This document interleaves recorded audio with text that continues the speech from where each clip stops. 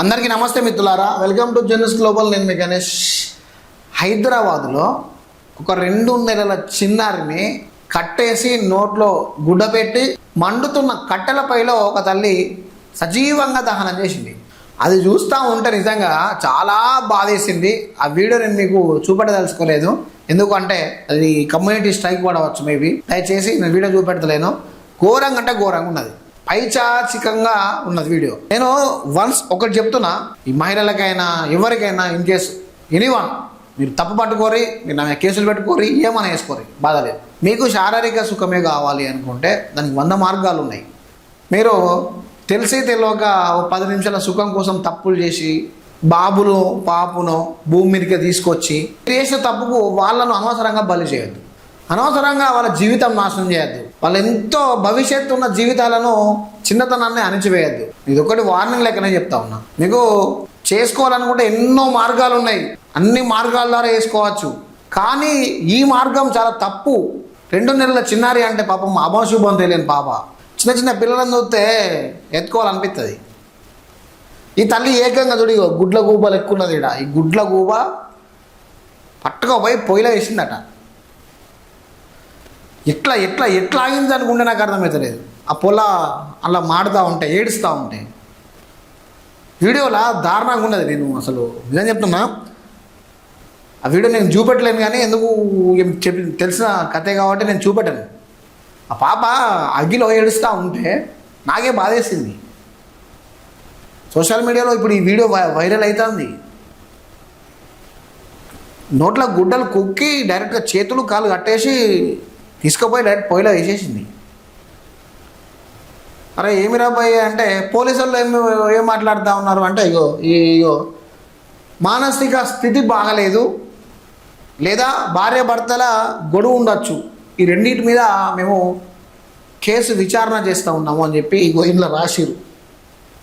మళ్ళా ఈ బ్యాచ్ ఇక్కడ బ్యాచ్ కాదు, సుతారి పని చేసుకోవడానికి వస్తారు కదా, బిహారీక షేర్ బ్యాచ్, ఆ బ్యాచ్. మళ్ళీ ఆ బ్యాచ్లో ఒక చీడ పురుగు గుడ్ల గూబ ఇట్లా వేసింది. చూడు ఇక్కడ పిక్చర్ కావడం చూడు, చిన్న పాప కాలిపోయింది అగ్గిలో.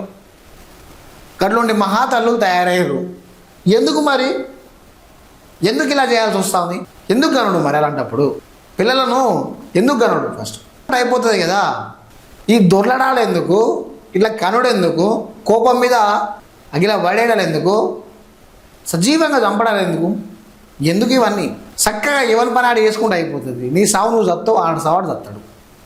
వాళ్ళ దగ్గర పోయి ఇగిలించుకొని పండ్లు ఇగిలిచ్చి పంగనామం పెట్టుకొని వాళ్ళతో బొర్రి అన్నీ చేసి ఒక పాపను తీసుకొచ్చి ఏదో చిన్న గొడవ రావడం వలన ఈ గొడవ నా పాప మీద తీసి పట్టుకపోయి కట్టెల పొయ్యిలో పడేస్తే ఇది సమాజం మెచ్చుకున్న పనేనా? ఇలాంటి పని సమాజం మెచ్చుతుందా? చెప్పండి మీరు ఒకసారి. ఏంది ఇంత దారుణం అంటే నిజంగా మనసు వక్కలైపోతుంది ఒక్కొక్క టైంలో. అరే చిన్నపిల్లలను చూస్తే ఎత్తుకోవాలనిపిస్తుంది. చిన్నపిల్లలను ఒక్కొక్క టైంలో వాళ్ళు నవ్వుతున్నా వాళ్ళు ఆడుతున్నా ఆ చేష్టలు చూస్తే చాలా బాగా అనిపిస్తుంది, మస్తు అనిపిస్తుంది. కానీ ఈ గుడ్ల గూబ గట్ల వేసింది. చూడ ఎట్లా చూస్తాను, ఈ సిప్పిరెంటి గల పెట్టుకొని ఇక్కడ గుడ్ల గూబ చూడ ఎట్లా చూస్తాను, గట్ల ఉన్నది. నిజంగా ఈమె తల్లేనా? ఈ మహిళ తల్లేనా? ఈమె తల్లి అంటారా? ఈమె నిజంగా 9 మాసాలు మోసిందంటారా? ఈమెకు నిజంగా పాప పుట్టిందంటారా? మరి పాప పుడితే కన్నతల్లి ప్రేమ అగిల పడేసి నాకు తీసుకపోతుందా? మీకు తెలుసో తెలియదో, కుక్కలు ఉంటాయా? కుక్కలు కళ్ళు తెరవకుండా కూనలు ఇస్తుంది. కూనలు వేసినప్పుడు కుక్క మనం కూనను ముడితే మన మీద పడి గొంతుక లొట్ట పీకుతుంది. అంటే తన పిల్లలకు రక్షణగా ఉంటుంది తల్లి. కుక్కలు నయం ఇట్లాంటి వాళ్ళకంటే. కుక్క కింద కొయ్యకు అన్నది అనుకో, తల్లి కుక్క వచ్చి మనల్ని ఎక్కడ బట్టి కండ వీకేది కూడా తెలియదు. అంటే అంత రక్షణ, అంత అలర్ట్గా ఉంటుంది. నా బిడ్డలను ఏమో చేస్తున్నది అనే ఉద్దేశం ఉంటుంది. అంతకంటే అధ్వానమా మనిషి జీవితాలు? అంతకంటే దరిద్రమా మనిషి జీవితాలు? అంతకంటే కర్కశమా మనిషి జీవితాలు? కుక్కలు, పందులు, బురదలో అనే పంది కూడా పిల్లలను ఎంబడేసుకుని తిరుగుతుంది. పంది ముందర పోతా అంటే వెనక గుంపులు పోతా ఉంటాయి. అది కూడా పిల్లలను సేఫ్టీగా చూసుకుంటుంది. దానికి పిల్లలకి ఏమైనా గింత అయినా కానీ అది వచ్చి మనల్ని కొడుతుంది. బురదలో వండే పంది, మరి బురదలో వండే పంది కంటే అంత సోప్ టాపుకున్న మనిషే అధ్వానమా మరి? అంతే అంటారా? అన్నట్టే కదా. ఇప్పుడు ఈ గుడ్లగూబని చూస్తూ ఉంటే, ఈ తల్లిని చూస్తూ ఉంటే బురదలో వందే పంది కన్నా కుక్క కన్నా హీనమా ఇమా? అంతేనా? నేను చెప్పింది బరాబరేనా? మీకేమైనా తగిలిందా? సబ్స్క్రైబ్ చేయండి. అట్లయితే ఇగో ఈసారి కథకి కేసు అంటారా, ఏమున్నది, కేసు అవుతుంది, పట్టుకపోతారు, 4 ఏళ్ళు జైలు ఎత్తారు, పట్టుకొస్తారు, మళ్ళీ విడిచిపెడతారు. గంతే. ఇక పోయిన పానం తిరిగి వస్తుందా? గదొక్కటి చెప్పురి. ఫస్ట్ పెంచ చేత కాకపోతే అనాథాశ్రమాలు ఉన్నాయి, అక్కడ పోయి ఇయ్యి. చైల్డ్ వెల్ఫేర్ డిపార్ట్మెంట్లు ఉన్నాయి, అక్కడ వాళ్ళకి పిల్లలను కాపాడడానికి ఎంతోమంది ఉన్నారు, వాళ్ళకి ఇవ్వు.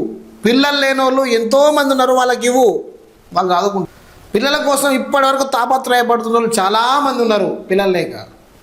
వాళ్ళకి ఒక్కొక్క 60-70 ఏళ్ళు వచ్చినా కూడా పిల్లలు లేని వాళ్ళు ఎంతోమంది ఉన్నారు పాపం. ఇప్పటికీ కుటుంబాలలో చాలా బాధపడతారు. స్టిల్ నవ్వు ఇప్పటికీ గసొంటోడికి దేవుడు పిల్లలను పుట్టనియ్యాడు. గిసోంటి గుడ్లగూపలకు పందికొక్కులకు చూపెడతాడు దేవుడు. అది నిజమే కదా. నేను మాట్లాడి నిజమా కాదా చెప్పురి? పిల్లలను చూసుకోవాలి, కంటికి రెప్పలా చూసుకోవాలనుకుంటానికి దేవుడు పిల్లలు పుట్టనియ్యాడు. గీసోంటిగో దరిద్రపు ముండలకు దేవుడు పిల్లల్ని ఇస్తాడు.